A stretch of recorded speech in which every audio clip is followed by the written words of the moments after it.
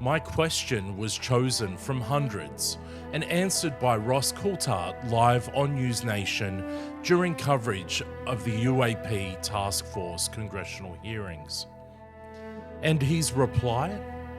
It unlocked one of the most shocking, passionate responses I've ever seen Ross give. It wasn't a polished talking point. It was raw, emotive, convincing. And I'm not going to spoil it before you hear it, because you need to see not just what he said, but how he said it. Roll the clip. All right, existence unknown Ross, what tech would you speculate Bigelow got from Lockheed Martin? He didn't get any tech from Lockheed Martin. Lockheed Martin, to their credit, had agreed to hand over. I know that there's been references from George Knapp tonight that there was references to material, exotic material. I'm told it was a craft, that there was an intact craft, a retrieved non-human craft that Lockheed Martin had agreed to share with Robert Bigelow. And it explains why the New York Times story written by Leslie Kane and Ralph Blumenthal way back in 2017 referred to a special facility being built by Robert Bigelow for the reception of these extraordinary materials. They were building a facility for the storage of a craft. And what happened allegedly was the CIA intervened, the Office of Global Access. It has been suggested that Glenn Gaffney, who was named by George Knapp, was directly involved in intercepting and obstructing the handing over of that material. But that's essentially why the Bigelow investigations into UAPs eventually didn't really go any further, because the CIA, say it again, the Central Intelligence Agency of the United States, the External Intelligence Agency for the United States, was actively involved in shutting down an attempt by an honourable American who's done his level best as an aerospace entrepreneur to honour national security.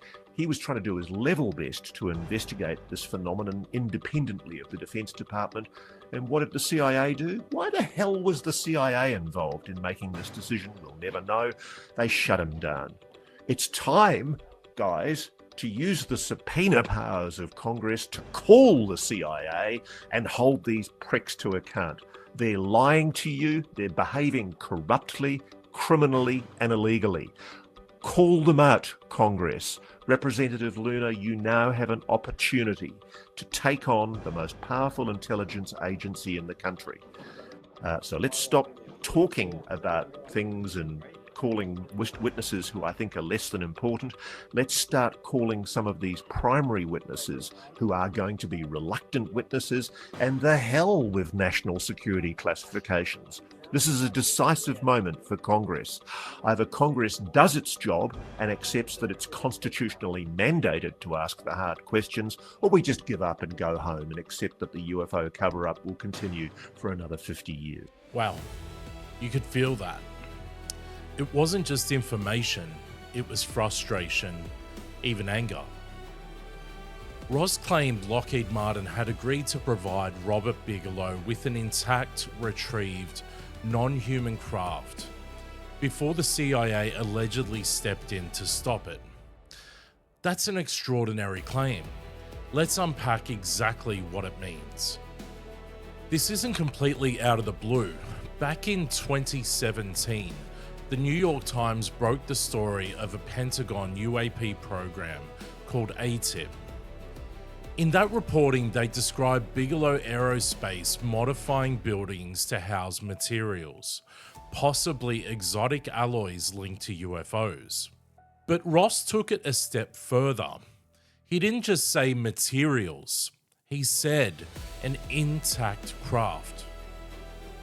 That shift from debris to a whole craft is what makes his answer so explosive. This leads us directly to the Tic Tac question. Ross has recently said not all UAP are non-human. He believes some are man-made. And in one interview, he went so far to say he knows categorically the Tic Tac is Lockheed Martin technology. Let's play that clip. I now know categorically that the Tic Tac is Lockheed Martin technology. Okay. Categorically. The Tic Tac is Lockheed Martin technology. That's categorical. But not everyone agrees. Look, I love Ross. He is my friend. He's my collaborator. I respect him, etc., etc. Underlined. But I disagree. I do not think the Tic Tac is Lockheed Martin technology. I just don't think it's true. But, time will tell. So here we are. Ross says human-made. Kevin Day, who tracked the object, says absolutely not. If Ross is right, it means some of these capabilities are secret human technology, maybe reverse engineered. If Kevin Day is right, then the Tic Tac is still one of the most extraordinary UAP cases in history. Either way, it raises the same question. Who controls this technology and how did they get it? Why Robert Bigelow?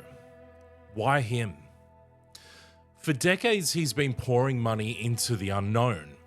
He founded the National Institute for Discovery Science. He owned Skinwalker Ranch for 20 years, one of the strangest hotspots in the world.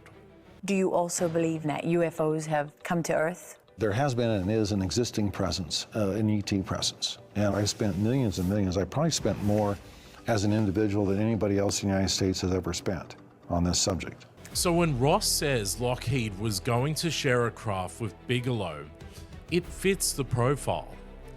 He had the resources, the facilities, and the obsession to pursue it.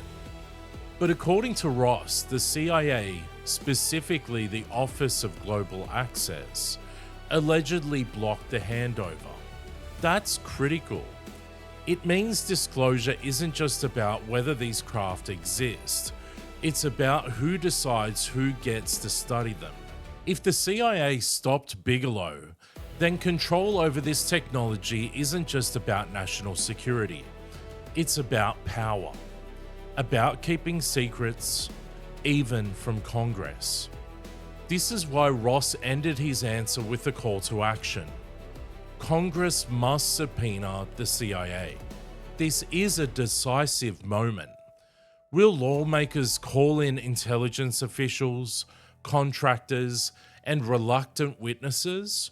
Or will the cover-up stretch on for another 50 years? Whistleblowers are key. With protection, insiders could confirm or deny these extraordinary claims. So I want to hear from you. Should Congress subpoena the CIA over this? Now I've got a poll question here, so just feel free to lock in one of the answers when you see the poll appear online, or you can definitely pop it in the comments. Vote in the YouTube poll and tell me why in the comments. I'll feature the best answers in the next episode. When my question was chosen and Ross answered it live, I didn't expect a response that strong, that emotional. But that's what makes it so compelling.